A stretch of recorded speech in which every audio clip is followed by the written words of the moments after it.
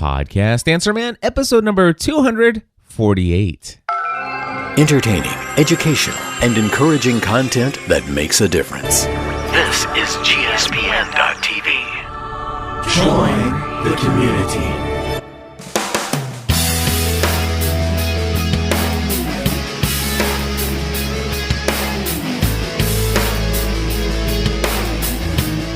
Well, hello, everybody, and welcome back to another episode of the Podcast Answer Man.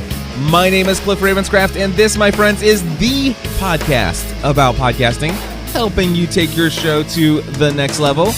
It doesn't matter if you're a brand new podcaster, if you have been podcasting for many years, or you haven't quite yet recorded that first episode. You should really head over to learnhowtopodcast.com, by the way. Anyway, there's something we can all do to take our show to the next level. Hey, my friends, I am delighted to tell you that today I have another full show prepared to answer your questions. I have been working around the clock, feverishly trying to get everything all organized and set up for the podcast mastermind organization that I launched on February 1st. I'm excited to say that officially we are 41 members strong right out of the gate with our charter members, and things could not be better than what they currently are. It just is out of this world. And I'm delighted to say that tomorrow afternoon I'm hopping on a plane and heading to Orlando, Florida for a week, and actually for about 5 days. And Stephanie's coming down for the weekend, and then she's flying back, and I'm going to have a couple days to kind of just relax and rest in the sun and to kind of think creatively about some more projects that I'm working on, but specifically more organizational stuff into the podcast mastermind, and just really looking forward to taking it easy. And so as a result of all the preparation going into launching the podcast mastermind, and also with the fact that I'll be, on this kind of business vacation, if you will, for the next 5 days, there's no Where Are They Now interview this week, and likely will not be one next week, but I will get back to those.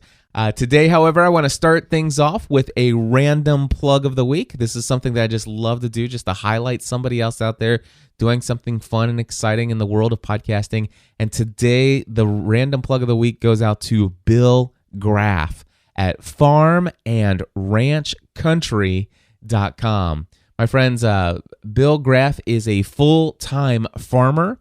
He is very big into the world of agriculture and has a desire to use podcasting to affect farm and agriculture policy here in the United States. And he is well under the way for doing just that. He's just recently got interviewed on television news story and some other really exciting things that are happening there, some publicity that's coming his way. And I'm just really delighted to see somebody from the world of agriculture and farming bringing some insight into how our food is produced. And so if you guys have any interest in checking that out, farmandranchcountry.com. And that, my friends, is our random plug of the week. We are going to turn right now to our social media correspondent, Eric J. Fisher. Eric, what do you have for us this week? Well, we're going to talk about 3 cool tips about how you can get more tweets about your content. Now, for those that don't know this, Eric J. Fisher and myself, we used to do a podcast called Social Media Serenity, and we've talked about all sorts of ways that you can use social media to engage your audience. The archives of that show can always be found at socialmediaserenity.com. But today, Eric, I think you found a blog post over at our good friends with buffer.app.com, actually blog.bufferapp.com. And tell us a little bit about what we're going to talk about today. All right. Well, we're going to talk about how you can get people, once they're at your site, to basically market for you. They're going to tweet out your content, which will then bring in more people to check out your content. Right. And so, and we've talked previously about the fact that you can add these bookmark plugins where people at the bottom of the post, or maybe the share bar, some of them are off to the left side of your site, or maybe it'll be at the top of your post. You have all these little icons. Click this to share it on Facebook, or click this to like it, or click this to post on Twitter. So we're assuming that people have considered already doing those things. Right. But there's more, you're telling me, that we can do to actually get people. Because here's the deal. We all have hundreds, or maybe, in the tens, some of us in the hundreds, and some of us within the thousands of people who are consuming our content from our site on a monthly basis. And yet, even though those little share buttons are there, people aren't using them. So what are we going to do? What we're going to do is we're going to incentivize them and make it bit size, as well as make it easier and more profitable, or potentially higher network quality for them to tweet these things out. All right. So let's go with there are going to be 3 things that are suggested here in this blog post over at bufferapp.com. Tell us what the first one is. Well, the first one is to give away a freebie. All right. It's a basic thing that people are already doing, but the twist on it is that in order to get the freebie, you need to share out either tweeting or, doing a Facebook post.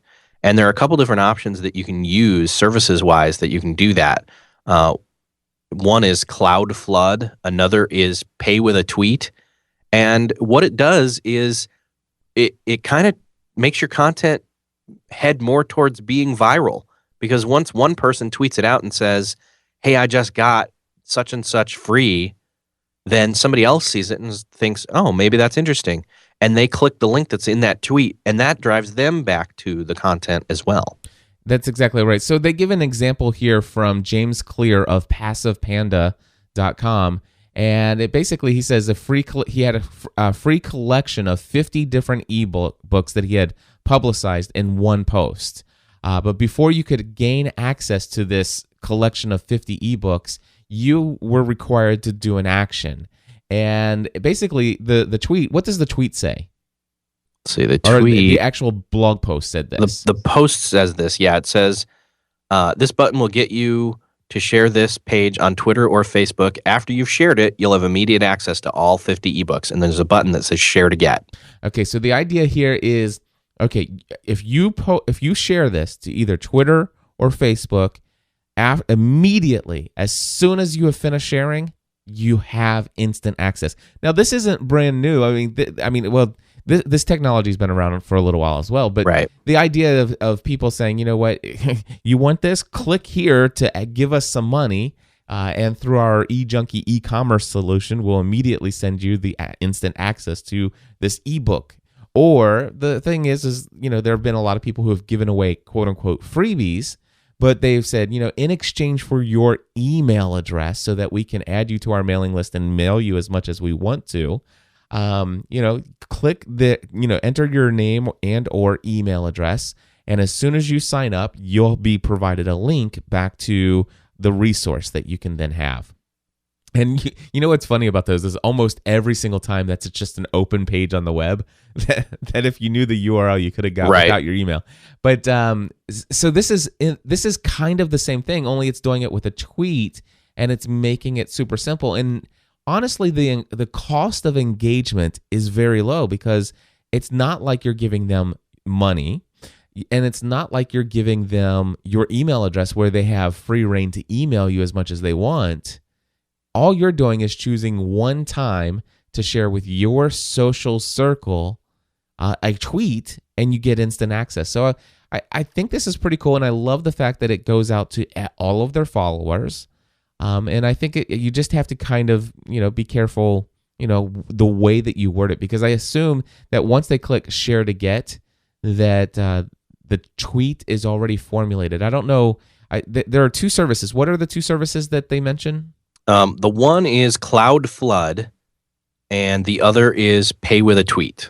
All right. So I'm wondering if you have the ability to lock in what gets tweeted. So basically, as the blog content owner, do I get to type in what that tweet will say, linking back to my site? It appears so. I'm looking at Cloud Flood's app or page, and it shows almost identical tweets coming from multiple people. Gotcha. So I'm assuming that the content owner crafted that tweet. Right. And so if you're not giving the reader the ability to tweak the tweet, if you will, I just made that up, then basically you want to make sure that you carefully and creatively word that in such a way that it doesn't sound sales pitchy. So you don't want to be overly sales oriented. What's the second thing we can do? All right. Second thing you can do is you can make it easy for people to tweet anything on your page. All right. And there's a service, is it called Tweet This Quote? Is that what it's called? Yes. Or click to tweet. Click to tweet. That's what it is. Yes. And what this does is you go to click to tweet and you enter in what it is that you're going to be putting. Say you've got an awesome blog post or an awesome headline about a piece of content in a blog post. Like say we were in the show notes of this exact episode of Podcast Answer Man, and one of the headlines of the things you talk about in this episode, you put in click to tweet as a, want to know how to get people to tweet more about your content, for example, for this segment. And then you put the URL for that Podcast Answer Man as your URL, and then it spits that out, and then you can paste that in the show notes or blog post, and then people can easily click to tweet those words, and it will just tweet. It'll open up Twitter. It'll say, hey, check out 3 ways to improve your, tweeting content example, and then the URL will be, and they can edit this, by the way. It will let them tweak the tweet, like you said. It will give a link back to this post. Great. And do you get to choose what that link is, or does this? I assume this is a plugin. I think it's a plugin. I'm not sure if you get to pick it, but you may be able to maybe take what they give you and maybe pretty link it if you'd like. I'm wondering if they'd let you either pretty link it. And the other thing is, I was thinking of it for those who are a little bit more geeky, and if you know about the HTML name tag, then you can actually add the URL pound and then the little name tag, and it takes you specifically to that part of the show notes too. There you go. I would love that. Anyway, you're improving what we've already been given. Exactly. So it's called Click to Tweet, and I think that is found at clicktotweet.com if you guys want to investigate further. All right, and third and final way that it's not the final way, but a third way that you can get more people to tweet your content. What is it, sir? You can put pre-made tweets at the end of your blog post. Essentially, if somebody has read to the bottom of your blog post or the bottom of your show notes, they've been very engaged with your content. And that's the perfect time to have them retweet what they just read and share that out. I've seen this done on several blogs, and I've seen it actually on very lengthy posts. I've seen them put pre-made tweets throughout the content. So like every 3 or 4 paragraphs, there would be a tweetable quote, if you will. And this is just like magazines. You read a magazine article and they'll pull a little quote in a little box in the middle that kind of just says, ooh, here's something valuable. If you didn't read this entire page, you may have missed this. Right. And so it's kind of like that. And I love this. And it's almost like the embedded tweets that we do on Twitter. And in fact, if you go to podcastanswerman.com and look at episode number 247, 246, 245, the last couple of weeks, ever since Twitter has given us the embedded tweets, I will go in and create a tweet that is my personal tweet, but it could be easily anybody's personal tweet, linking people back to my site. And then what I do is linking back to that show notes, and then I will go in and embed that tweet at the bottom of my show notes. And I will tell you, Eric, it has been amazing. In fact, Twitter is one of my number one refers to my site these days. In fact, while I allow you to say something in response to that, I am going to pull up my stats and I will tell you exactly what they are. Awesome. And so this is an alternative for WordPress blog users. It's a plugin called Twitter @Anywhere Plus plugin. And what this does is it eliminates the work for somebody to tweet out your content, especially when they get to the end and they want to tweet this out. You can have a pre-made tweet there. They also can use it to edit a little bit. They can tweak the tweet, like we said, and they could do that. It also allows for the @mention of usernames to be, or the auto linkification, I guess is what you'd call it, of @usernames. It can do a follow button, so they could follow you right there at the bottom, as well as a retweet button. So it almost looks like it's got a little bit more functionality than the official Twitter embedded tweet. So it's really up to you to try it out and see what you think, which one's better. But obviously the point here is you want to put a very big, call to action at the bottom of your content for people to be able to share that out very easily. Absolutely. And I love the idea of this. I'm going to have to check out this. And you said this is a plugin as well, right? Yes. And what's it called? It is Twitter @Anywhere Plus. All right. And Twitter @Anywhere. What sounds really interesting to me is with the embedded tweet, I either have to publish the blog post first so I have the URL to put in my tweet, or I have to know what my URL for that particular post is going to be and go ahead and tweet it and then create the post. And so I think the idea with this plugin is that you can easily do this, and you actually don't even have to send it out to all your own Twitter followers first. Right. And you don't have to tweet a tweet and then embed that tweet on your blog post that you will have already had to have published first. This takes all that out of the workflow as well. Indeed. Eric, I always appreciate all this amazing insight and information you bring into the social media space for us podcasters, and I certainly appreciate it, and we'll talk to you again next week, my friend. See you then.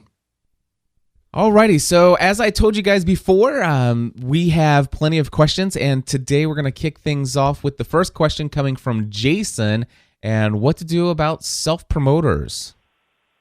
Hey, Cliff, this is Jason at Walking Dead Cast. I'm in San Francisco, and I'm calling for the Podcast Answer Man podcast. I have a question for you. So we get a lot of, especially lately, I've gotten a lot of people who have emailed me or called or posted on our Facebook page that want to do some kind of promotion. Like they'll post on my Facebook page something about something that's kind of tangentially related to our podcast. But, I can tell that mostly they just want to be promoting themselves. And sometimes I actually think what they post is really cool, and then other times I'm just not that happy with it. Or like somebody will call and want to do me to play their promo on my podcast. And, I want to be able to say yes to some of those, but I don't want to have to say yes to all of them, and I also don't know how to decide or how to let people down nicely without being a jerk about it, So I was wondering if you have any insight in this area. It'd be great to hear your thoughts. Thanks. Talk to you soon. Bye. All right, Jason, thank you very much for the question. And this is something that I certainly deal with as well. GSPN.TV as a whole, not just Podcast Answer Man, but if you add up all the shows that I produce, we reach an audience of somewhere between 60 to 80,000 people around the world.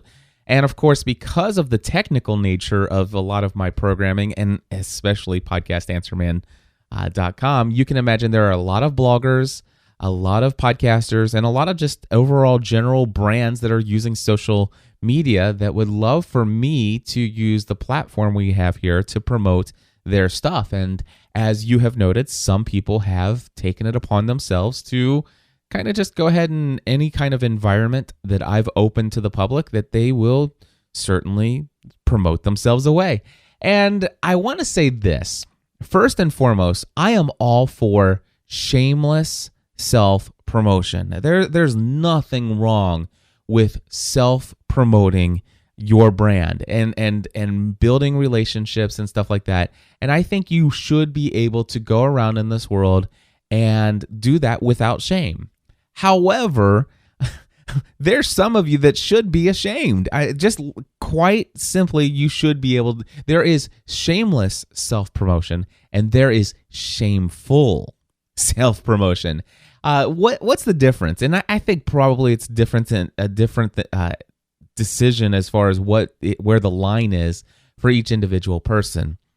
But I think shameless self-promotion is where you decide to go into an environment where, your target audience is hanging out, the people who would be interested in your brand, the people who would be interested in the products and services that maybe you offer. Even if those products and services are free, you're still promoting products and services. Even a podcast, by the way, I consider a podcast to be a product and or service that you offer to the world, and even though it's free, it's still a product. So just keep that in mind.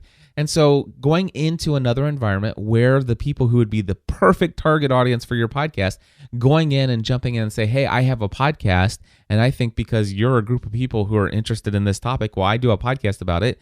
Boom. Hey, just stopping by. And by the way, you would really like my podcast. I think you would. Check it out here. Where's the line between what I consider to be shameful self-promotion and shameless self-promotion is whether or not, number one, where's your intention? If your intention is only to receive and there's very little intention on your part to give, I think that's shameful, personally. The other thing is are you willing to engage in that community? Are you willing to develop relationships? Are you willing to get to know people and establish relationships and wait until people are interested in you sharing? Maybe they'll ask a little bit more about you as a result of coming to know, like, and trust you from all the valuable stuff you've given with no strings attached, without that little footer in your forum post that says, follow my podcast, blah, blah, blah. Are you willing to invest in relationships, give valuable responses to other people's content? Are you willing to link them to resources that aren't always affiliate links? Are you willing to invest in relationships with people in another space, in another environment that's actually somebody else's environment? If you're on an online public forum or you're on somebody else's fan page, by golly, that's somebody else's brand. That's somebody else's environment that they've created. Are you willing to come in and first and foremost, give before you even give the opportunity to receive?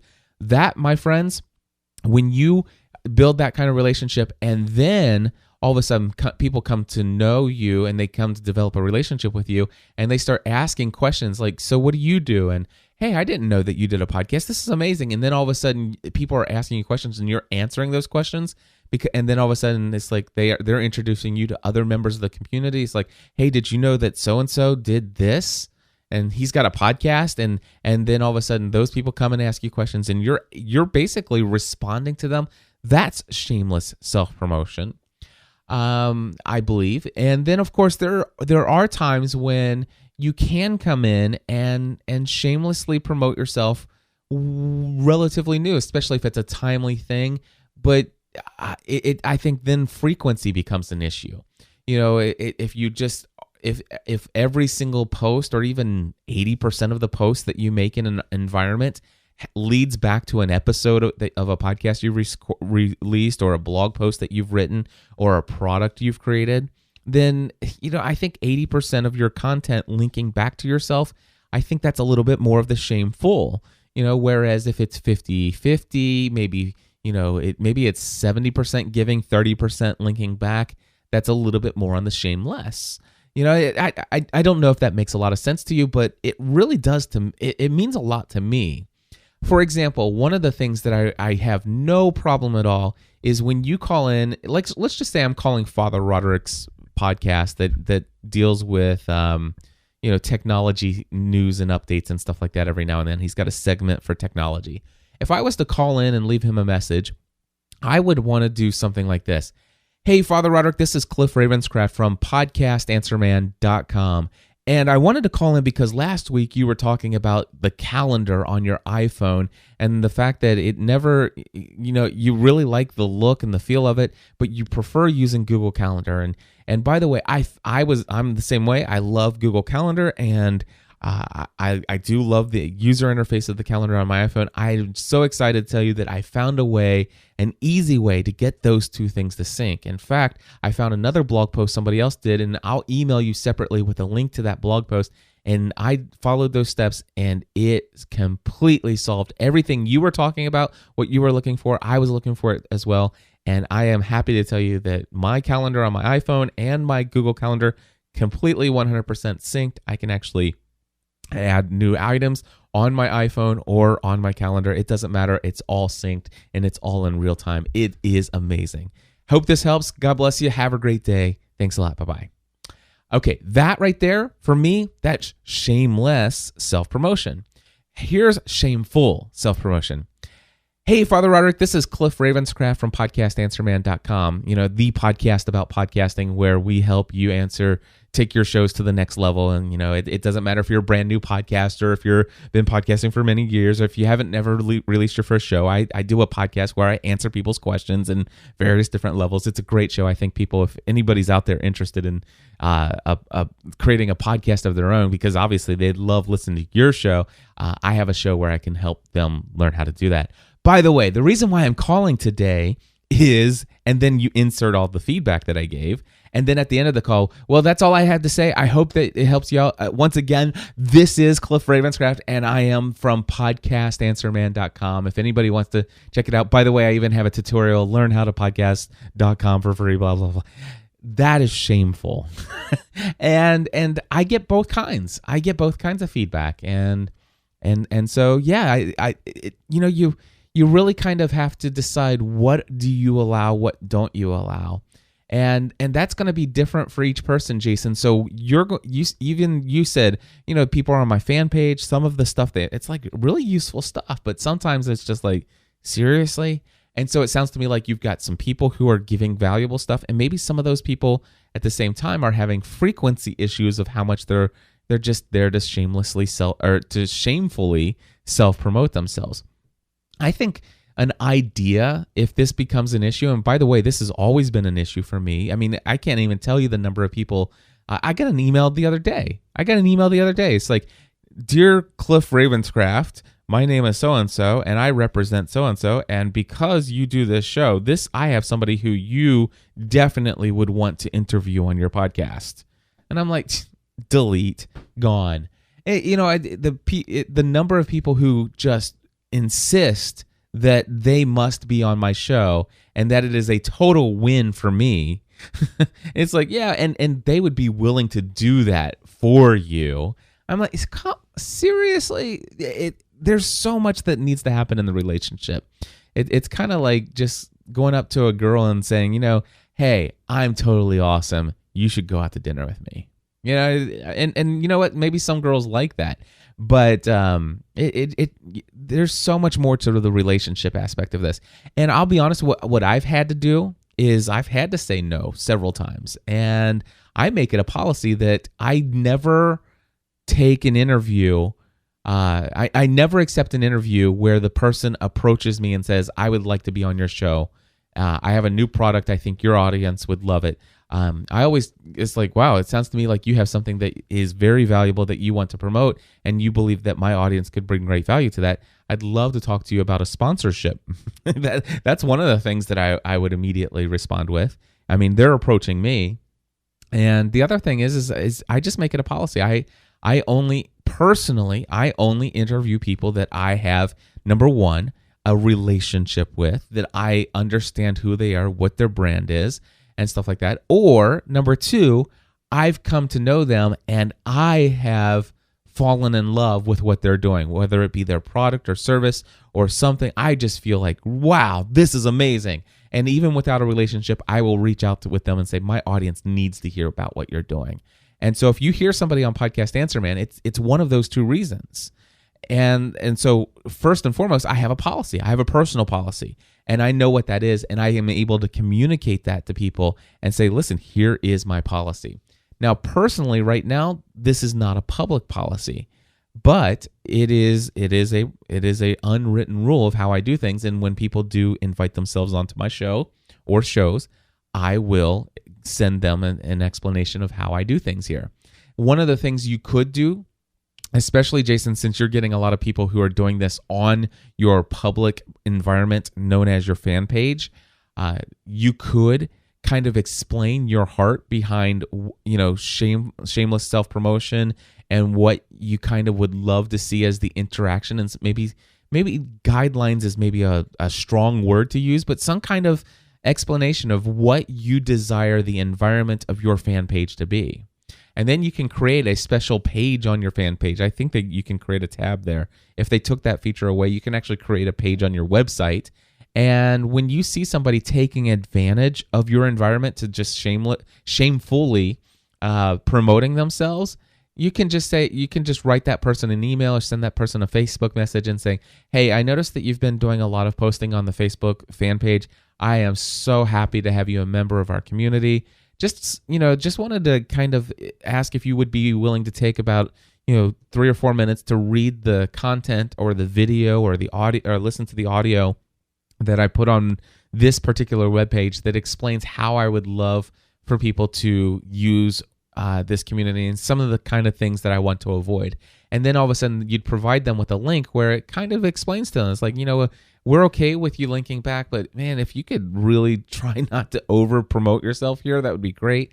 And that way you're setting expectations. You're helping to communicate the expectations that you have, and you're dealing with people personally one-on-one and stuff like that. And you can even put a little side note on the thing. It's like, click here for community guidelines, or click here to know how to best interact with this community.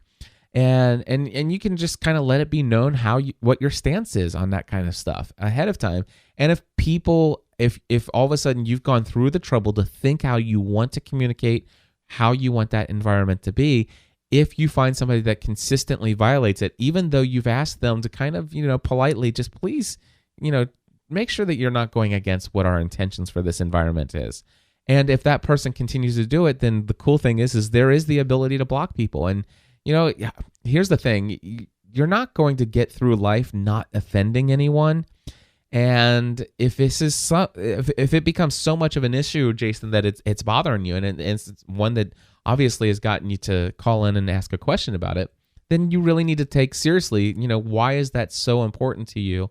And are you willing to create that expectation for your community so you can communicate the type of environment that you have? And I've certainly had to do that. Even gspncommunity.com used to have a podcast answer man group where people could ask questions, and I did not like the direction it was heading, and I got rid of it. And I did an entire podcast episode. I think it was episode 483 of, no, it wasn't 483. It was some other episode of Pursuing a Balanced Life, and it was called Difficult Decisions That Many People Will Not Agree With. Oh, that was an accident. Anyway, with that, how about I'll just take that as a cue for me to move on to the next question, which is from JD and something to do with affiliates. Hey, Cliff, this is JD from Christian Music Digest podcast, where we do album reviews and artist interviews at christianmusicdigest.com. Got a question for the Podcast Answer Man show.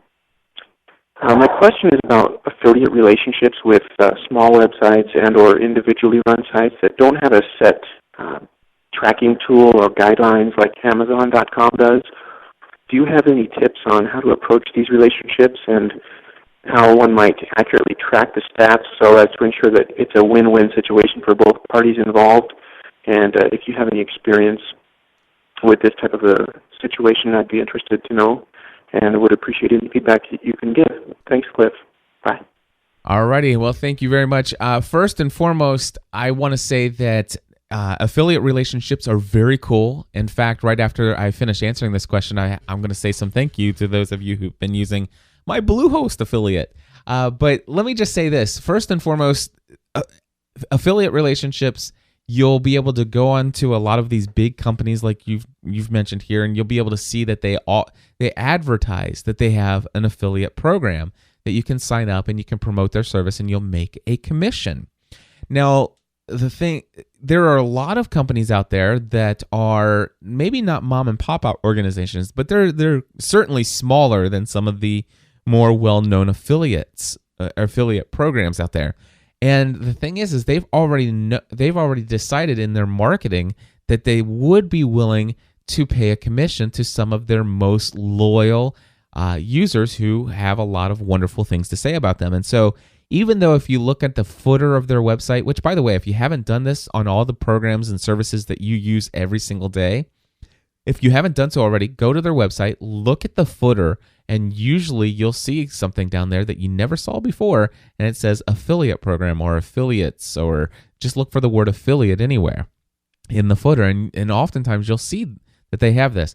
Now, some companies have developed in-house their own affiliate program, but they don't advertise it. They really want to wait until people who are very serious about their brand confront them and ask them about their affiliate program, that then they'll sign you up for it. And so a lot of companies that maybe don't advertise it probably have an affiliate program. So just write the person behind, write their support department, sales team, whatever the case may be, and ask them, do you have an affiliate program? And they'll usually point you in the right direction or get you in touch with the right person. Also, I want to say this, that I have very extensive experience with companies that have a very well organized and well described in advance how their affiliate program works, what they will and will not do, what they will and will not pay. And I want to suggest to you that if you have an audience that is so far dead center of the target for their target audience, and you feel like you can drive some pretty significant traffic, sometimes you may have to go ahead and sign up and drive some traffic their way and then give them some social proof. But I'm not going to give you any details here publicly because I don't think that would be appropriate to my affiliate relationships that I have. But let's just say you can negotiate higher terms or different payouts. For example, instead of them giving you money towards your own online service fees with their company, you can actually have them cut you a check every month, even though they specifically say in their affiliate agreement that they will not do that. And of course, this comes with building a little bit of, we'll call it clout, because it was clout before clout.com came along. But when you have some clout with a company, you can negotiate better terms, more payouts, and more advantageous types of receiving those payouts. So I just want to have you keep all of that in mind. Now, your question, JD, is what do you do with a little mom and pop shop, that makes candles, and you have a candle, you have an audience that they love candles. Well, you can work with them one-on-one and say, I would like to generate some traffic to your site and certainly some sales. And what I have done, and I did this with Mardel.com, Mardel.com. You can go to Mardel.com/GSPN. I went with them, and they did not have an affiliate program. And we worked out arrangements, worked out all the details. And what I asked them to do, for tracking for their purposes, is to give me the ability to give my audience a promo code GSPN. And we worked out an agreement where they would give 10% off of anything in their shopping cart if they used my promo code. So that would be an incentive for them to use our code. Not that way they wouldn't forget. You want to make sure people don't forget to tell people that you sent them there. So, and then of course, the cool thing, all the tracking is on their side, and they actually provide me reports instead of me providing them reports of how many people I sent their way. And you know what? I allow them to track it, and I have no way to sign into an affiliate system and see how many clicks people have, clicked through, how many times the site's been loaded, any of that stuff.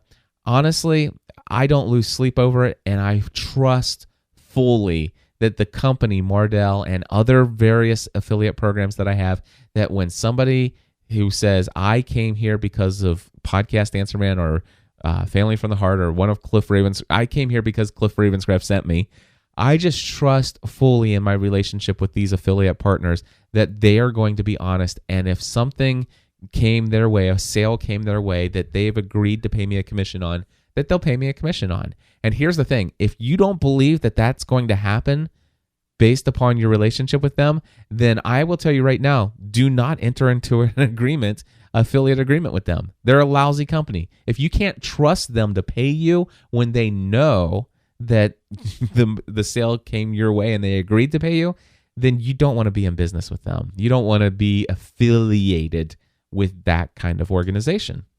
So, some other things, you could, what if they don't have a system where they can enter a promo code? Well, they should.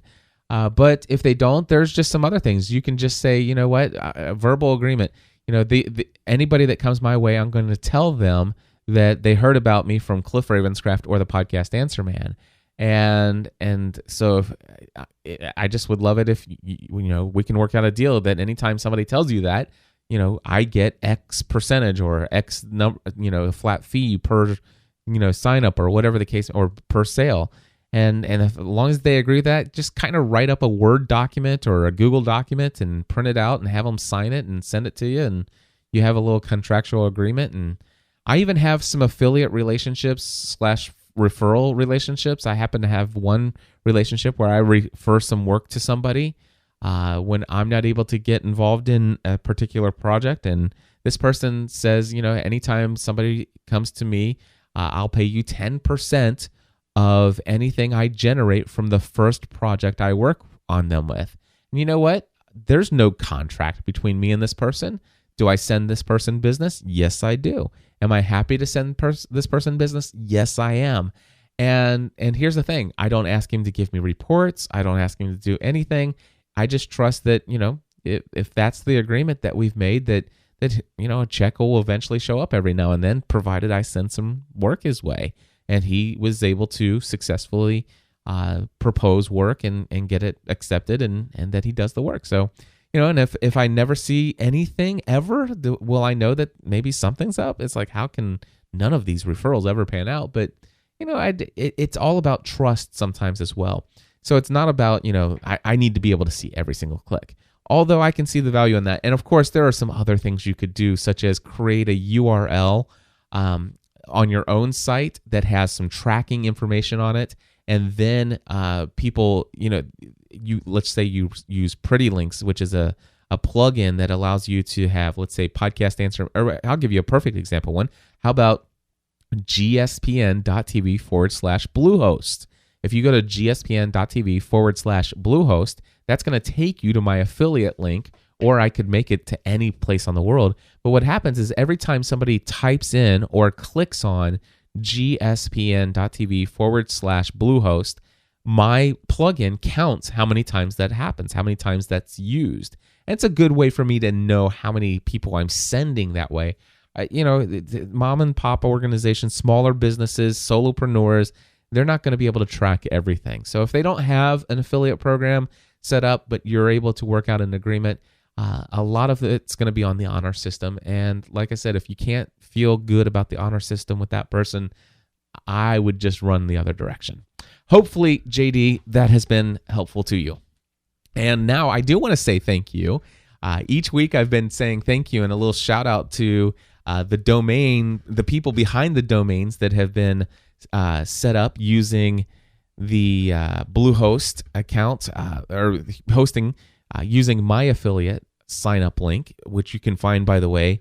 You could either go to gspn.tv/Bluehost, or you can go to podcastanswerman.com, click on the resources tab up in the navigation menu, and my Bluehost link is there. But anyway, check this out. Since last week, in the last 7 days, I want to say thank you to smokehousepodcast.com, consultativefirm.com, carlsmelzer.com, yournewva.com, theshortsalepodcast.com, and infiniteloveministries.com. All 6 of those people signed up in the past 7 days using my affiliate code. And my friends, I do get a very generous commission when you sign up using my affiliate link. And so I just want to say a very special thank you to each and every one of you. And if you guys have not yet found a hosting company that you like, then I encourage you to check out gspn.tv/Bluehost. All right, moving along, we're going to turn things over to Jeremy, and he wants to know about The Voice. Hey, Cliff, this is Jeremy from the Coffee and Cigarettes podcast at cncshow.com. I'm calling in a question for Podcast Answer Man. I know you've been an advocate for professional audio quality in podcast, but what about the voice of the host? I'm not suggesting podcasters have to sound like radio DJs, but doesn't some of the same principles apply in podcasting as they do in radio? If so, what do you recommend to people to improve the quality of their voice and, more specifically, their broadcasting and speaking techniques? Thanks, Cliff. All right, Jeremy, great question. And, there is a little bit to be said for this. There may be one or two people that I have talked to in the last couple years where they've told me they want to create a podcast, and I'm just listening to them on the telephone, and I'm like, yeah, you want to create a podcast? Oh, goodness gracious. And they're, I hate to even say that I've ever had those feelings or thoughts, but man, their voice just like, okay. Yeah. Well, here's the thing, though. Here's the thing. Am I all for audio quality? Yes, I am. Do I think you have a greater chance of success with amazing audio quality? Yes, I do. Do I think that if you sound really cool and you're easy on the ears, that you'll be easier to listen to? Yes, I do. Do I think that if you have a squeaky voice or you speak a little bit differently than other people, that you can't create a podcast that's going to make a positive difference in the lives of other people around the world? Absolutely not. In fact, I just want to point you back to my random plug of the week from last week. Go to specialchronicles.com and check out Daniel Schmukowski. I mean, he's got I don't know what. Anyway, just go check it out. It's Special Chronicles, and listen to Daniel. He does not talk, as clearly as what you would expect most people would talk and stuff like that. But you know what? He is himself, and he gets behind the microphone. And I actually want to suggest to you that I believe the world could do with the world of podcasting could actually benefit with a little bit less voice training and professional speaking talk and all of this other things. And, I think that there's a lot to be said about authenticity, about relatability. One of my podcast mastermind members recently just posted a question about how long should it take to edit a 1 hour show. And he's going in and like many brand new podcasters do, they go in and take out all the ums and the lip smacks and the times when they actually go in and all of those things that I just did. They take all of that stuff out. But guess what? Podcast Answer Man, I don't take all of that stuff out. The thing is, though, here's the other thing. There's something about a lot of practice of doing things. Like, for example, right now, I can actually say whatever it is that comes to my mind as I'm waiting for it to come to my mind without saying in every single silent space. The reason why is because I have been doing this for a long time. Now, if you go all the way back to the beginning of this podcast, I'm sure I did a lot of ums in this episode. But ever since I just a few moments ago decided I wasn't going to say in every silent space, I've become more comfortable over time with silence. And I'm okay with that. I can actually sit here right now and leave a silence and not put in an I can actually feel confident that I'm going to think about what I'm going to say next. And I'm okay with that. And the other thing that I notice is that, after doing many episodes, after doing this for several months, I've learned that I've become more confident in myself and I speak more confidently. And so these are the kind of things that come with practice. They come with doing lots of things. They come with you recording your show, producing your show, and by all means, if you want to, go in and record an hour-long show and spend 3 or 4 hours editing out every You do that for 6 weeks, and guess what's going to happen? You are going to train yourself how to speak without the ums. It's just going to happen because you're going to be so darn tired of taking them out. The other thing is that as you get into this, you will feel more comfortable behind the microphone. You will speak more naturally and stuff like that. And yes, you could potentially go and sign up for some courses or go to a conference for voiceover talent and whatever the case may be, and all these different things, you can go to Toastmasters and sign up for speaking courses and all of that stuff. And I think all of that would be extremely valuable. There's no question that it will improve your game. It will do what we talk about a lot here in Podcast Answer Man, which is take your show to the next level. But at the same time, here's the thing. I don't want each and every one of you out there to go out and think, I need to sound like the guys that are on the radio station. Because guess what?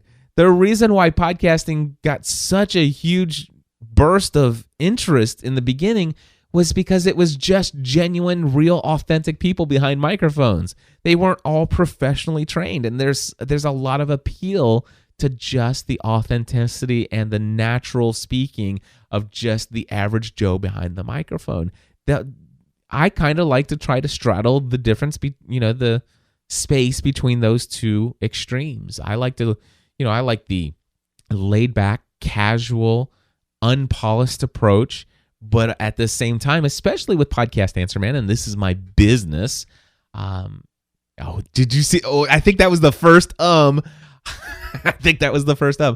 But this podcast is something that is my business, and I do want to sound a bit more professional than some of the other stuff that I do.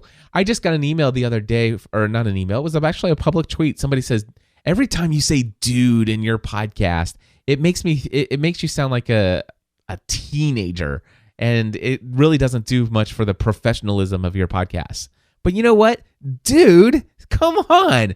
Could you send that to me in an email instead of publicly pointing out the fact that I sound like an unprofessional teenager to you? Dude, come on. Where are you coming from? And you know what? I am still going to use dude. It's one of those things that does, the phrase dude, does that actually make me sound professional? No, it doesn't. It does a little bit to take away from the professional edge of what I do. But I'm still going to use dude because it's a little bit more of who I am. And natural, genuine, authentic, real conversation with me without a microphone in front of me. I'm having a conversation with you. I get passionate about something, and dude, I am going to say dude. And so if I'm going to say dude in my real, personal, authentic life, I'm also going to bring dude into the Podcast Answer Man.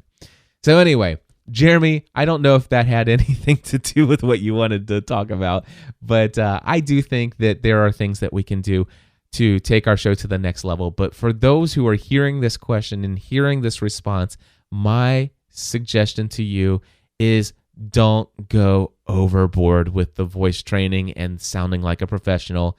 Be okay with being yourself. Just that. If you want anything, my number one suggestion about your voice is work on your self-confidence. Become confident with who you are.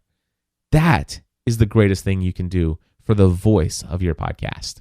And now, my friends, we're going to turn over to Jaden. Jaden has this to say. This question is for the Podcast Answer Man. This is the tech prophet Jadon from technoenthusiast.com, Seattle's premier geek podcast network. On occasion, I find myself traveling with only a laptop, but I'd like to record a podcast. Is it possible to record my audio from a Skype co-host, and audio from Pod Producer all on one Windows laptop? If so, how? Thanks so much for your invaluable information, Cliff. Look forward to hearing from you. Alrighty, I'll tell you what, I really wish there was the old days of Cast Blaster. I remember when I was first starting out in podcasting, I used Cast Blaster all the time, and it had this ability to record your audio and your jingles and all that stuff all into one thing. The only thing is, I don't think it would have brought in your Skype conversation. I don't know. It's been a long time since I've been a Windows person, and this is one of those areas where I'm going to open up the chat room so I can see what people are saying. And I'm going to ask, is Audio Hijack Pro, is that still around, and is that a Windows system, or is there something like that for Windows? And I'm just going to wait and see if anything pulls up here for the Windows side of things. I know that James is saying Pamela is a software that is actually meant for recording Skype conversations, so that will work. But I don't believe Pamela is going to bring in your audio clips from the Pod Producer when you're playing those back. So It doesn't look like I'm getting any responses about Audio Hijack Pro, but basically, if you can imagine, there are software programs out there that will allow you to virtually send audio from certain programs and make sure that they're actually channeled into other programs. And I know that this one program used to be called Audio Hijack Pro. I'm not sure if it's still made today or if it even is a Windows program. I think it was and is. They said that Audio Hijack Pro does work. And so this to me, it would be, if it's a Windows program, and I'll tell you what, I'm going to pause for a second and just look it up. Okay, after further search, it does appear that Audio Hijack Pro from Rogue Amoeba is actually Mac only. So I just did a quick little Google search here, and I found this site called highcriteria.com. highcriteria.com, and they actually have this program called Total Recorder. And it says Total Recorder records everything, an ideal tool for recording streaming audio, mic input, or line input from external devices connected to your PC. Video Pro Edition allows you to record video. The functionality, background recording makes process. Okay, so there you go. Total Recorder from highcriteria.com should help you out. I hope that helps. And if it does, please let us know in the show notes. And by the way, this is episode number 248. So if you go to podcastanswerman.com/248, if anybody has any other suggestions here for Jadon on how he can record audio just using the one computer, no additional gear, please let us know in the comments section, podcastanswerman.com/248. And I tell you what, I think I have room for one more question here. We're going to go to Tom, who's got a question about Google Voice. Hey, Cliff, my name is Tom Melio. This question is for the podcast Answer Man. Actually, I'm calling. The reason I'm calling is because I'm trying to set up my own Google Voice voicemail. I'm just kind of wondering how you set yours up.